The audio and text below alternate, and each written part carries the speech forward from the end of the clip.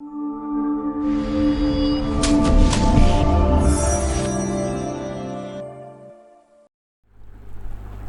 वालेकुम व्यूवर्स, आप देख रहे हैं स्टडी कन्फेशन। मेरा नाम उस्मान कियानी है।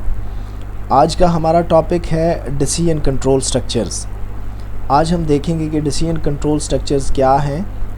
इससे पहले हम कई दफ़ा इस तरह की स्टेटमेंट्स लिख चुके हैं जिसमें हम किसी एक वेरिएबल में कोई वैल्यू जो है वो यूज़र से लेकर स्टोर करते हैं। मिसाल के तौर पर मैं यहाँ एक वेरिएबल डिक्लेयर करता हूँ इंट मार्क्स के नाम से, और नीचे मैं लिखता हूँ सी इन मार्क्स।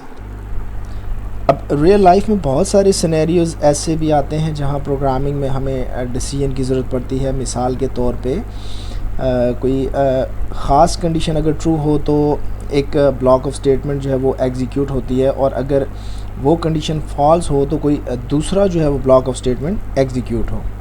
बेसिकली हम ऑलरेडी कंडीशंस को देख चुके हैं कि कंडीशंस क्या होती हैं। कोई भी एक्सप्रेशन ऐसा हो जिसमें कोई रिलेशनल ऑपरेशन आ जाए, यानी ग्रेटर देन का सिंबल या लेस देन का सिंबल या less than equal to, greater than equal to या इक्वल टू वगैरह, तो उस केस में हम कहते हैं कि ये एक कंडीशन है। तो ऐसा रिलेशनल ऑपरेटर जो है वो हमें या तो वैल्यू ट्रू में देता है या फॉल्स में।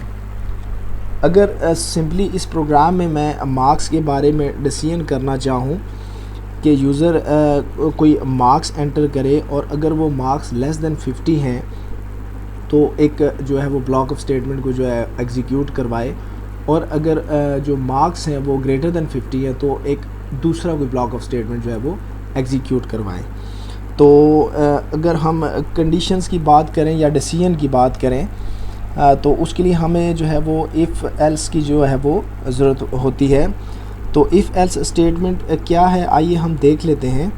मैं सबसे पहले इफ़ एल्स का जो है वो बेसिक स्ट्रक्चर जो है वो लिख देता हूँ। फॉर एग्ज़ाम्पल मैं लिखता हूँ इफ़ कंडीशन, और यहाँ पे आ गया बॉडी ऑफ इफ़ स्टेटमेंट। तो अब क्या होगा कि यूज़र जो भी मार्क्स यहाँ सी इन में एंटर करेगा वो यहाँ पे आके कंडीशन में चेक होंगे, और अगर ये कंडीशन ट्रू हो जाती है तो वो यहाँ इफ़ स्टेटमेंट के अंदर जो भी आप ब्लॉक ऑफ स्टेटमेंट लिखेंगे उसको एग्जीक्यूट करवाएगा। और इन केस अगर ये कंडीशन ट्रू नहीं होती तो फिर क्या होगा कि यहाँ एल्स पार्ट में आएगा, और एल्स पार्ट के अंदर जो भी हमारी जो है वो ब्लॉक ऑफ स्टेटमेंट होगी उसको एग्जीक्यूट करवाएगा। एक काम करते हैं, हम एक कोड लिख लेते हैं ताकि चीज़ें आपको अच्छी तरह से क्लियर हो सकें। मैं इस चीज़ को रिमूव करता हूँ और मैं यहाँ लिखता हूँ if marks are less than 50। मैं आपको एग्जांपल देता हूँ कि फॉर एग्ज़ाम्पल कोई पेपर है और उसमें जो मैक्सिमम मार्क्स हैं वो 100 हैं, और अगर किसी स्टूडेंट के मार्क्स जो हैं वो लेस देन 50 आते हैं तो वो स्टूडेंट जो है वो क्या वो फेल हो। फॉर एग्ज़ाम्पल मैं यहाँ एक स्टेटमेंट लिख देता हूँ, और वो अगर मार्क्स लेस देन 50 हैं तो यहाँ डिस्प्ले करवाए कि यू आर फेल।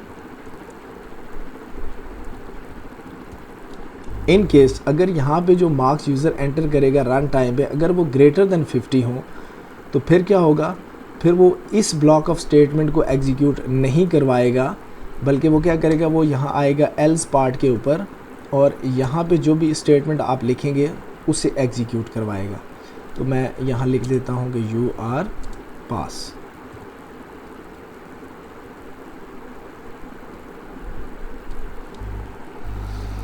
अब हम इस प्रोग्राम को ज़रा कंपाइल और रन करके देख लेते हैं। हम कोई वैल्यू एंटर करके देखते हैं कि हमें क्या रिज़ल्ट देगा। फॉर एग्ज़ाम्पल मैं यहाँ पे वैल्यू एंटर करता हूँ 30। अब ये वैल्यू जो है वो लेस दैन 50 है, तो मैंने यहाँ पे कंडीशन लगाई थी कि if marks are less than 50 तो क्या जो है ब्लॉक ऑफ स्टेटमेंट एग्जीक्यूट होगी कि यू आर फेल। मैं एंटर करता हूँ। जी व्यूअर्स, आप देख सकते हैं कि उसने हमें एक मैसेज डिस्प्ले किया कि यू आर फेल। हम इस प्रोग्राम को एक बार दोबारा चला कर चेक करते हैं। मैं कोई और वैल्यू एंटर करता हूं जो कि ग्रेटर दैन 50 हो। मैं फॉर एग्ज़ाम्पल एंटर करता हूं 70। तो यहाँ कंडीशन जो लगाई थी हमने लिखा है कि if marks are less than 50 तो सी आउट करवाए यू आर फेल, और अगर ये कंडीशन ट्रू नहीं होती तो फिर वो क्या सी आउट करवाएगा, वो कराएगा यू आर पास। तो हमारे जो मार्क्स हैं यहाँ, अब मैंने 70 एंटर किए हैं, तो 70 इज़ ग्रेटर दैन 50, तो मैं एंटर करता हूँ जी। तो व्यूअर्स आप देख सकते हैं कि उसने हमें मैसेज डिस्प्ले किया यू आर पास। इस प्रोग्राम में अभी भी एक छोटी सी प्रॉब्लम है, वो क्या है मैं आपको अब बता देता हूँ। हम दोबारा एक बार इसे कंपाइल और रन करके एक वैल्यू एंटर करते हैं। फॉर एग्ज़ाम्पल मैं यहाँ एंटर करता हूँ 50, मैं एंटर करता हूँ